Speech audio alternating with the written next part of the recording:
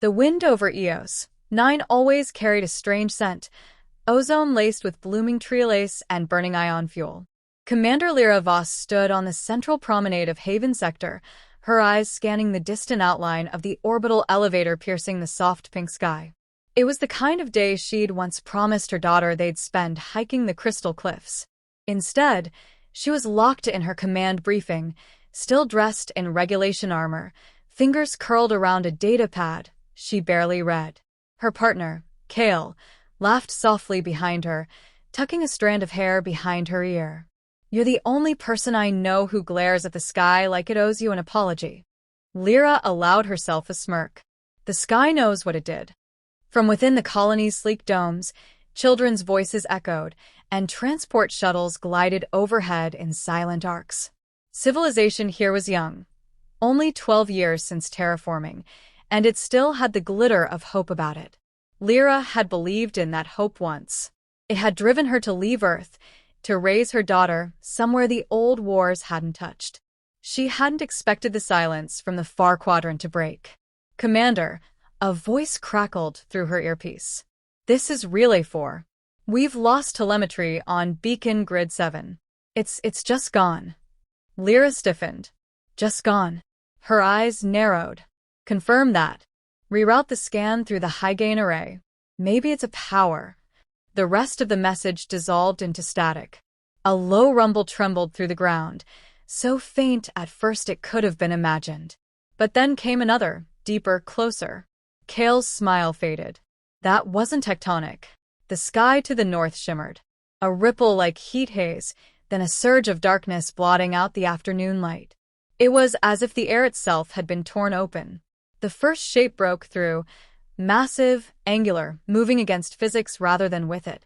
Behind it, dozens more followed, elongated shells of chitin and metal, bristling with antennae and radiant eyes. Not ships. Creatures. The first beam struck the eastern tower. A column of searing blue carved down from the creature's carapace, disintegrating the structure in a heartbeat. Screams erupted across the colony as people scattered like flocks startled by a predator. "Evac now," Lyra barked, grabbing Kale's wrist and pulling her toward the control terminal embedded in the plaza wall. "Initiate blackout protocols, lock down all transport lanes." But her voice vanished in the roar of another impact. The ground beneath her cracked. She was thrown sideways as the street split. Kale's hand slipped from hers. Smoke and fire erupted where they'd stood seconds before. A body slammed into Lyra's side, small, too light, and she realized it was a child, no older than her own daughter.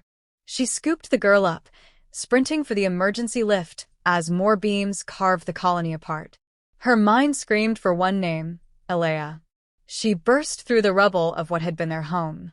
The front console was still sparking. The window shattered. Toys scattered. The bedroom door was blocked by fallen debris. Lyra threw herself at it, ripping and pulling with bare hands. "Alea," she shouted. "It's Mom. I'm here, baby, hold on." Silence answered her. Then one soft chime. The locket. The one her daughter always wore. It lay in the dust, half crushed, blinking weakly. She sank to her knees, the girl still in her arms. Time lost meaning. Fire spread around her, the screams distant and drowned by her own silence. Not numbness. Not yet. Just disbelief sculpted into stillness. A hand gripped her shoulder. Captain Hearn stood on his face, bleeding from one eye. "Commander, we have to go." Lyra stared at the locket one last moment, then stood. She handed the girl off to a medic and followed Hearn, not looking back as the remains of her life collapsed behind her. The extraction ship rose through the choking smoke, the planet shrinking below. She watched through the viewport, watched as Haven Sector was torn apart, watched the insectoid forms descend and spread like a plague, watched the light die. In the silence of orbit, someone said something about the emergency council, about retaliation. Lyra didn't respond. She couldn't. She reached into her uniform, pulled out the locket, and pressed it between her palms. Its soft glow flickered against her skin like a dying ember. She didn't cry. Not here. Not in front of them. The cold settled in her veins like iron. She closed her eyes and saw the creature's eyes again, unfeeling, vast, ancient. She opened them with a whisper. They don't know what's coming. 6 years had not dulled the memory. If anything, time had sharpened it, tempered it into something hard and enduring. Commander Lyra Voss moved through the narrow corridors of Sable Corps' outpost on Asteroid C-17 like a ghost in armor, her presence unsettling, her silence louder than most commands. The war hadn't ended. It had simply shifted forms, gone subterranean, invisible, feral. Humanity had retreated into fragments, hidden cells, and silent fortresses carved from asteroids and dead moons. The Krex hadn't stopped after Eos 9. They had expanded with terrifying precision, stripping communication networks, hijacking orbital control grids, and dissolving whole colonies in a matter of hours. The Federation collapsed. What remained was held together by oath, vengeance, and the steel resolve of those like Lyra. She entered the command chamber, where a dozen officers stood around a pulsating tactical display. No one saluted. No one spoke her name. They didn't need to. A hologram of the Krex command spire hovered above the table. Its strange geometry twisted as it rotated, alien code spiraling along its translucent spine. Lyra's second-in-command, Reyes, glanced at her. We intercepted this burst signal last night. Low frequency. Localized. We think it's an echo relay node. She leaned in. Where? Draconis Fringe. K-Delta Quadrant. Former comms satellite network still intact in that region. If we can piggyback on the right wave, we can mask an infiltration drop. Assuming their defenses are still blind on that frequency, she said quietly, her eyes never leaving the display. Reyes hesitated. We won't know unless we try. Lyra nodded, then turned to the others. We hit it. Murmurs rippled. One of the junior analysts, barely more than a teenager, spoke up. Ma'am, if this is a real node, it could be transmitting to their entire command cluster. If we trigger a response. We're not triggering anything, Lyra interrupted. Her voice was calm, but carried steel beneath it. We're severing their tongue. No more whispers across the void. No more silent invasions. We cut this off. We fracture their coordination.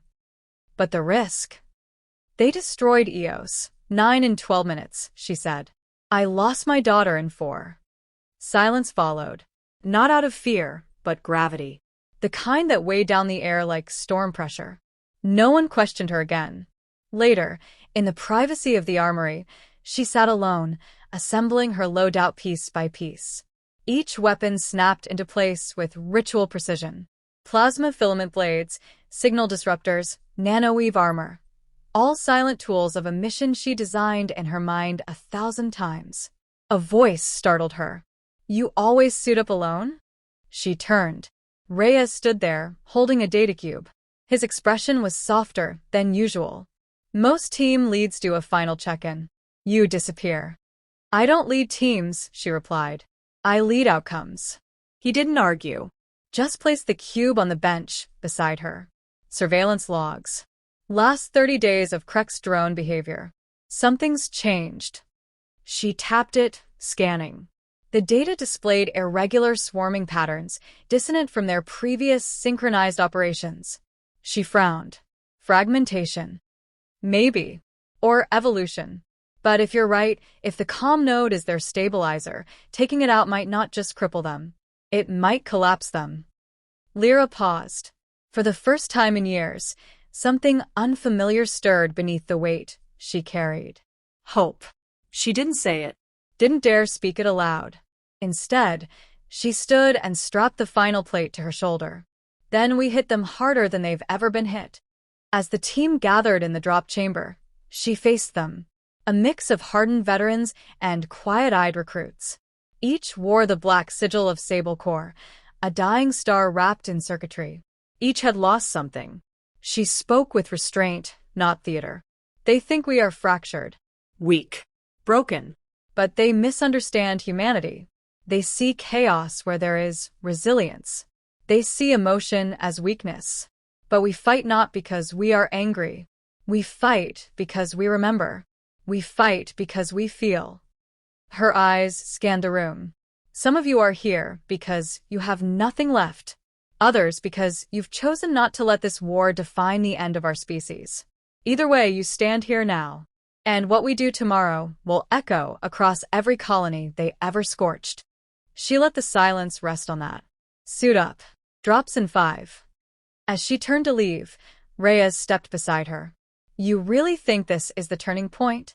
She answered without looking at him. It's not the turning point, she said.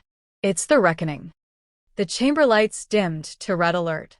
Drop pods began to lock into launch tubes. The humming of engines echoed through the steel bones of the outpost. Outside, through the observation glass, a cold planet spun below, silent, waiting. Lyra touched the locket around her neck, still scorched, still blinking faintly with each heartbeat. She pressed it once. A small blue projection emerged, her daughter's face, frozen in a laugh that time would never steal. It faded as quickly as it appeared. No prayers. No tears. Only the rhythm of war. And the sound of vengeance preparing to fall from the sky. The drop was silent. Through the thick pulse of descent, Lyra Voss floated in the belly of the drop pod, surrounded by black-armored operatives whose faces were hidden behind visors and calm breaths. Outside, the planet's surface rushed up, red, cracked, hostile. K-Delta was no place for life. It was a husk of a world stripped by solar flares, yet deep beneath its scorched crust, the Krex had rooted their command relay like a parasite embedding into marrow. Her comm crackled softly. Atmosphere breach in 10 seconds. Lyra adjusted the calibrator on her arm, synchronizing her pulse rifle to the environmental frequency. She'd memorized every inch of the mission route. What concerned her weren't the defenses, she had contingencies for those. It was the unquantifiable hum she felt in her bones. Like something watching before it could be seen. The pod struck surface. The doors hissed open. She moved first. Her boots met the charred stone with precision. Around her, her squad spread in practiced silence. There was no need for orders, they had trained for this insertion for weeks. Beneath the cracked crust, 50 meters down, was the relay structure hidden within a cavern laced in living metal. As they advanced, the air thickened. Krex drone scouts stirred from pits in the rocks, spindly limbs unfolding like blades. One lunged. Lyra dodged beneath it, slicing its thorax open with a burst of charged plasma. Its scream was a mechanical rasp. Contact, Reyes called. North Ridge. They pressed on, using terrain and tech, cutting through waves of opposition. It was not a clean fight. It never was. Their armor cracked, their voices grew hoarse, and still they moved forward, until finally the cavern loomed before them. Wide as a city dome, its ceiling pulsing with alien nerve tubes. The relay stood at the center, a spiraling tower of crystalline lattice humming with blue fire. Lyra paused at the edge of the threshold. Something about the tower felt wrong. Organic. Breathing. Then the air vibrated. The Krex Queen emerged. She was unlike the others, massive, armored in iridescent chitin, her elongated skull fitted with fiber-optic tendrils that glowed with hive light. Her voice was not sound, but a pressure in the mind, like thought turned to scream. You bring your grief to my womb, it pulsed. Lyra stepped forward, rifle raised. You brought war to my home. Your kind thrives on memory. It will be your undoing. I don't need to forget, Lyra said coldly. I only need you dead. The queen lunged with terrifying speed. Her limbs were a blur of knives and light. Lyra dove aside as the ground split beneath her. Plasma bolts flew. Her squad engaged, but they were ants against a behemoth. 2 were crushed before they screamed. Reyes was thrown hard into the wall, unmoving.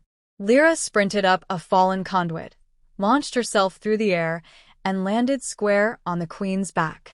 She drove her disruptor blade into the base of its neck, severing the fiber tendons. The queen shrieked, twisting violently. Lyra was flung into the wall, her armor cracking.